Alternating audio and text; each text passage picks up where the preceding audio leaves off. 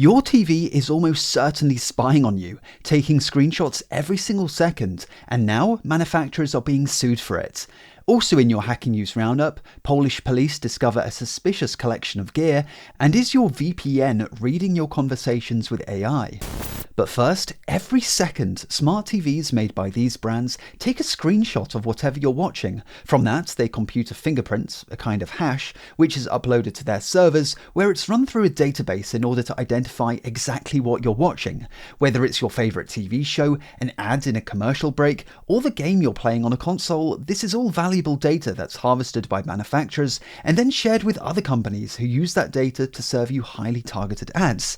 And the crazy part is, it doesn't matter if you're watching via the Netflix app on your TV or just some device plugged in via HDMI. Quite literally, whatever's being displayed on your TV is being captured. It's called automated content recognition, ACR for short. It's been an open secret among TV manufacturers for years. In fact, I couldn't find an example of a single brand that doesn't do it. But if you've never heard of ACR, it might be because your TV didn't properly tell you about it. At least that's the claim in the 5 lawsuits, which are all being brought by the state of Texas.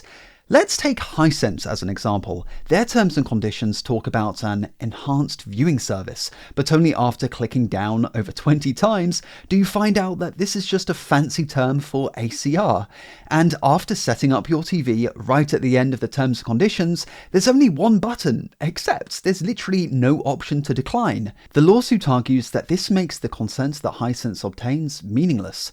After hitting accept, Hisense captures a snapshot of the screen every single second, but those are rookie numbers. It's alleged that LG grabs them every 10 milliseconds. And it's not just video, all 5 brands are accused of fingerprinting audio as well. But surely there must be some way to opt out of ACR altogether. Well, yes, but that's easier said than done. Firstly, good luck trying to find the opt-out button. This is something you absolutely need to watch the tutorial for, because the location of the opt-out is almost never where you expect it to be. For LG, it's in the settings under accessibility and then support. Very unintuitive, just doesn't make any sense. As for TVs made by TCL, the lawsuit says that after the initial setup, you're just not even able to opt out, making me regret my purchase decision already, are we? Each of the lawsuits are seeking at least $10,000 per violation, but just a couple days after being filed, a judge issued a temporary restraining order against Hisense in particular. For now, they're prevented from capturing ACR data altogether, but these lawsuits only cover Texas, so nothing changes for the rest of us.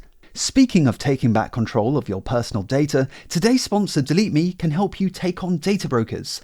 Data brokers are a creepy breed of company who spend their time scraping together your personal data from all kinds of sources, slowly building what could be a rather extensive profile on you before selling it on to marketers, political campaign groups, or maybe just some rando on a person search website.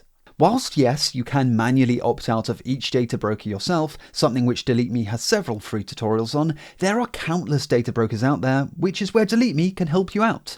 After signing up and completing a quick profile, they'll scan hundreds of data brokers for your personal information, and within 7 days send you a personalized report on what they found. But better yet, they'll request removal of the data on your behalf, and so long as you stay subscribed, they'll keep scanning, reporting, and removing. So take back control of your data today with DeleteMe, who are giving you guys 20% off their eligible plans with my link in the description.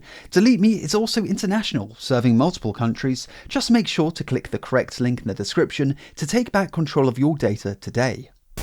Next up, Polish police stopped a random car and found a massive stash of espionage gear. This went down in Poland's capital when police made a routine traffic stop. The 3 men inside were all Ukrainian citizens claiming to be on a road trip traveling around Europe. But police say that they quickly became visibly nervous. That's when they decided to search the vehicle, finding a suspicious collection of items. None of this stuff is illegal per se, well, apart from this thing potentially, but we'll get to that. But having this all in one place is a little sus, and these guys weren't on their way to DEF CON. The trio claims to be IT specialists, but couldn't explain why they had an espionage toolkit in the back of their car, and when pressed, they suddenly forgot how to speak English, apparently, and started playing dumb. So what was seized? We've got a Flipper Zero, the limited edition transparent version, no less, what appears to be some kind of signal jammer, several SIM banks, the kind that can send text messages en masse, We've become quite familiar with them in recent videos. This thing is pretty cool, a multifunction bug detector. If a room is bugged with hidden cameras, this thing can illuminate their lens, making them really easy to spot.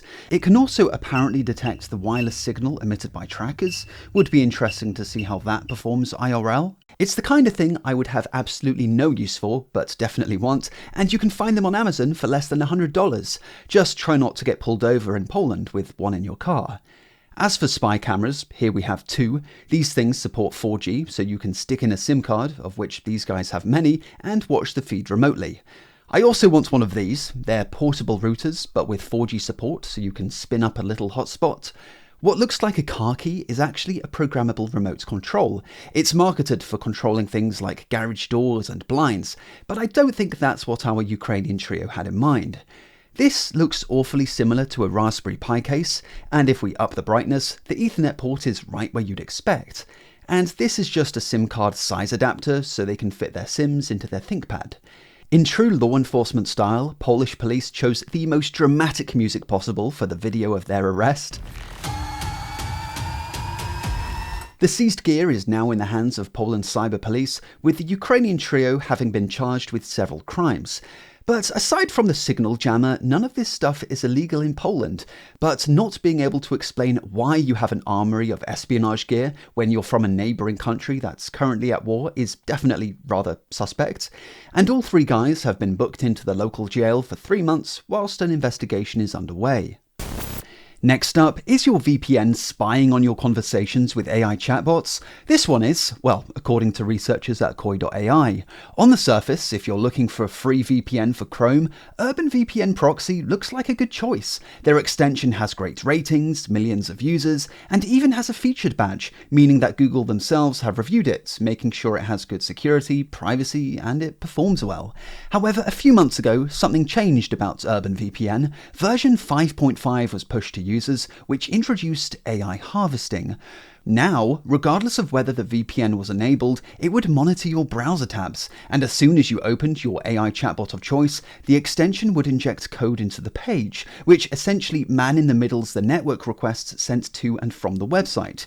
Your prompts, the AI's responses, and timestamps would all be grabbed before being neatly compressed and sent right over to Urban VPN servers. The extension's description said this was all for AI protection.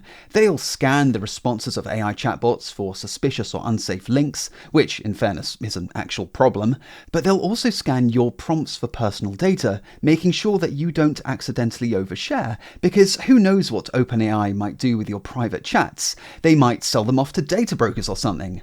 But that's exactly what Urban VPN was doing, with this little nugget hidden deep in their privacy policy. But don't worry, in most cases they'll even anonymize your prompts. In fairness, Urban VPN's consent prompt did mention that they process chat AI communication, but if you installed the extension before the SUSI update, which many of the 6 million users probably did, you would have been automatically updated to the new version without the ability to hit that decline button. But it doesn't really matter because Google's policies explicitly prohibit extensions from selling user data to third parties anyway. So the extension has quietly vanished from the Chrome Web Store, along with a few other extensions that the researchers said have the same functionality. But the extension still exists as an Edge add-on, with in total 8 million users having downloaded the affected extensions. Apart from never trusting a free VPN to protect your privacy, the other lesson here is just to be super careful with browser extensions in general. Even seemingly basic functionality often requires full access to all your browsing data, and there are documented cases of extensions being perfectly fine for years, only to suddenly turn malicious with an automatic update. As always, thanks for watching, and I'll see you in the next video. Have a good one.